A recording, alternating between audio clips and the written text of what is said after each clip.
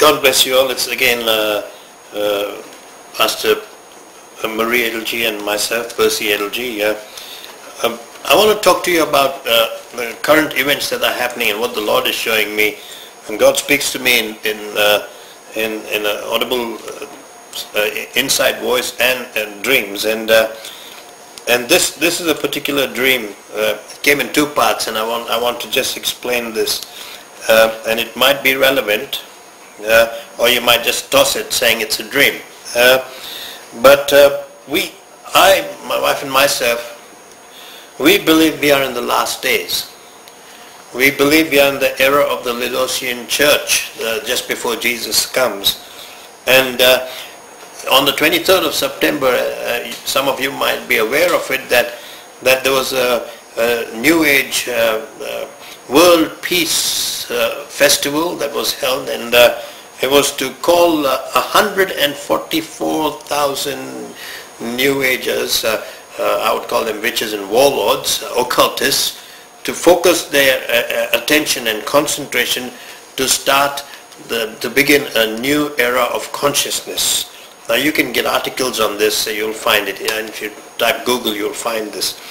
And but it's something that the Lord showed me, that suddenly in this last year, maybe you know, we have seen an amazing move of turmoil in nations, and we've seen a move of chaos and confusion, and we've seen a revolution happening everywhere, and we've also seen that the revolution is so multifaceted, it's almost confusing. It hasn't got a point.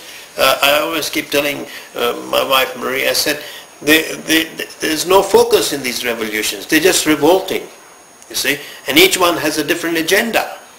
And to me that sounds like some sort of spiritual shaking is going on around the world. And I believe that this is to bring in the new world order. And this the Lord has shown me is already started in the Spirit. It's been declared in the Spirit. It's going to manifest any day now. Any day this is going to manifest.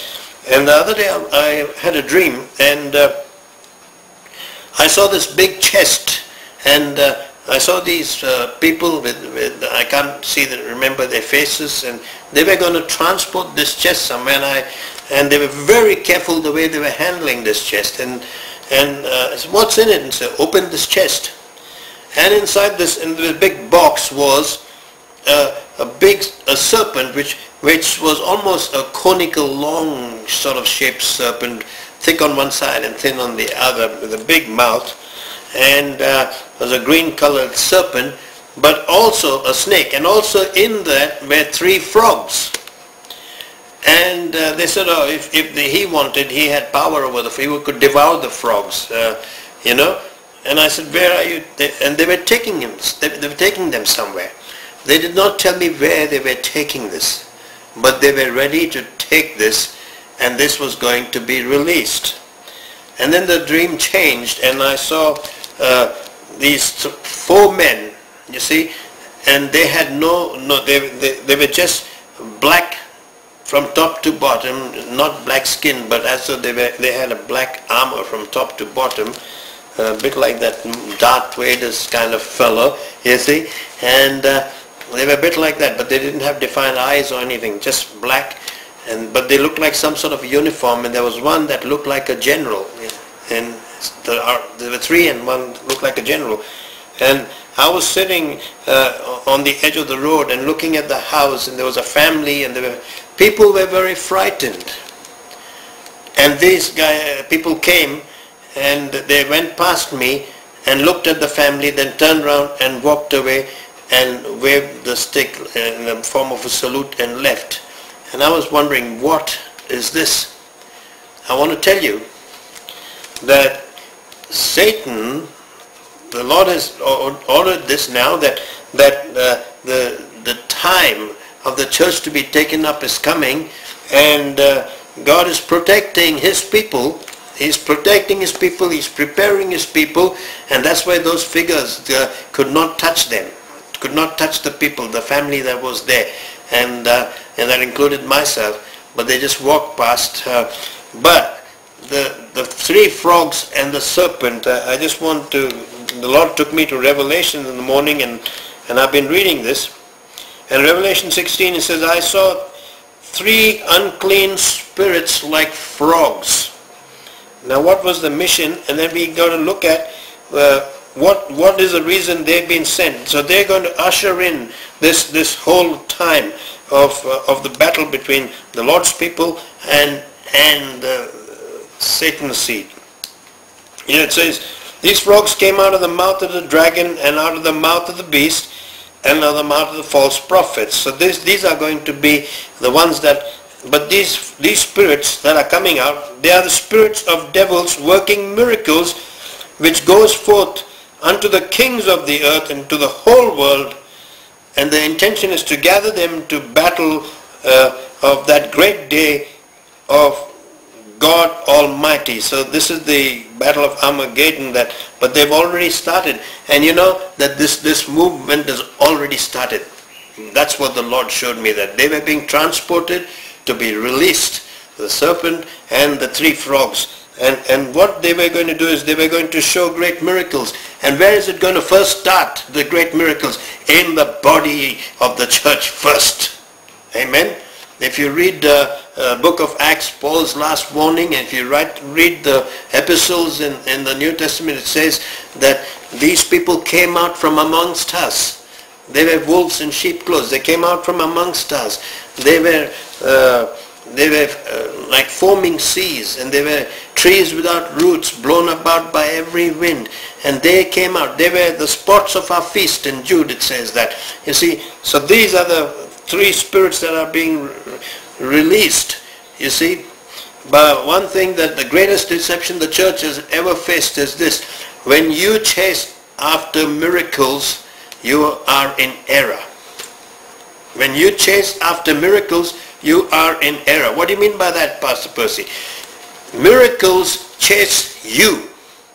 When you preach the word of God, Jesus said he will go about confirming your word with signs and wonders. So when you preach the truth, the miracles follow the church. You see? And if the church follows the miracles, then you are after a great sensation and a great scene. There's a great sleep and slumber come upon the church, just like in the last days. You know, the time of Noah, people got into spiritual slumber and spiritual fornication. And that's exactly what's happening today. In fact, a lot of the big churches today, they've painted their walls black. The whole church building is dark except the stage. Well, then the minister who is operating from the front he can't see the people. And the people are in darkness, so they can do whatever they want. And I want to tell you, iniquity loves darkness. You see, Bible says they that drink get drunk in the night. You see, iniquity loves darkness, and darkness attracts that. And so they can hide. They don't have to show. And the minister does not have to discern whether the person's got a demon spirit or any spirit. You see? And this is what's the plight of the church. The shepherds are not shepherding. You understand? The world has come into the church, rather the church coming out of the world. And so these are the frogs. And then it says here, then it says, verse 15, behold, I come as a thief in the night. Blessed is he that watch, means keep spiritually awake in prayer, and keeps his garment, the garments of righteousness, lest they walk naked and they see his shame. He walks naked and sees the shame. You know, so we need to focus ourselves in the truth. In faith in Jesus Christ, that's the only way you will stand righteous. There's a difference between righteousness and holiness. Sometimes people don't understand that.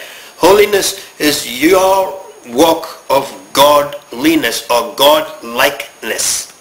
Okay? That's what godliness is. God-likeness. You see, that's our part of holiness. Righteousness is us believing that Jesus died for us from our heart and rose again, and his blood washing us clean and presenting us right before God. That's what righteousness is. That it's only by faith that you stand right before God. Faith in Jesus Christ. Faith in his precious blood. Faith in his resurrection. Amen. So then it goes here. And it said here in verse 17, the seventh angel, just in the same chapter, poured out the vial into the air, and there came a great voice from the temple of heaven. The Father spoke from the throne, saying, it is done. And there was great thunder, lightning, great earthquakes, such as never seen before. Haven't we been seeing this? And great floods and everything, earthquakes that we haven't seen before. So mighty an earthquake and so great. And then finally it talks about the great city being divided, talking about Babylon, the whole structure breaking up. You see, if you haven't received Jesus Christ, as your Lord and Savior, if you're shaky, you're standing on a fence saying, I don't know whether I should believe in Jesus Christ or not, one day we'll all stand before our Lord Jesus Christ. You see, right now we are in the time of his grace and mercy. And if you receive Jesus Christ, he will save you from all these things that are about to happen. And I want to warn you people that are getting politically involved. You see, our church, our kingdom is a heavenly kingdom, not an earthly kingdom. Don't try to force the hand on God. Just pray that people get saved. That's our only job. And God is in control of everything. Amen. So just pray. Do not get flesh. Our kingdom is not the fleshly kingdom. We don't even fight against flesh and blood. Our battle is against principalities and spiritual forces. You see, that's where our battle is.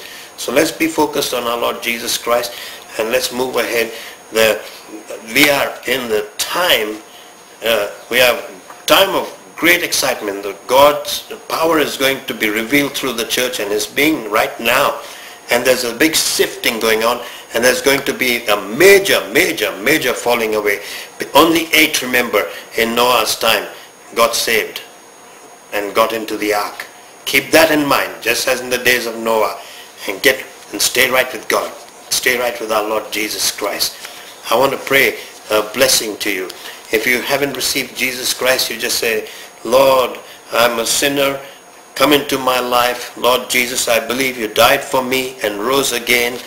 And once you believe and say that publicly, you'll be saved. And read Romans 10, 9 and 10. Read that. And then send us an email. You see? Send us an email. Contact us and let us know. I want to pray for all you people out there that are sick. I ask the Lord in the name of Jesus Christ that you stir in each person, Almighty God, a desire. Lord, heal people if they need healing. Lord, deliver people if they need delivering right now. As they're watching me pray, I ask this in the precious name of Jesus Christ, and let your blessing rest upon the church. And Lord, let the eyes of the understanding of people be open, mighty God, that they walk in your power and your grace. And we pray this in the name of Jesus Christ of Nazareth, the name above all names. And we thank you, Father, it's done in Jesus' name. Amen. You're blessed.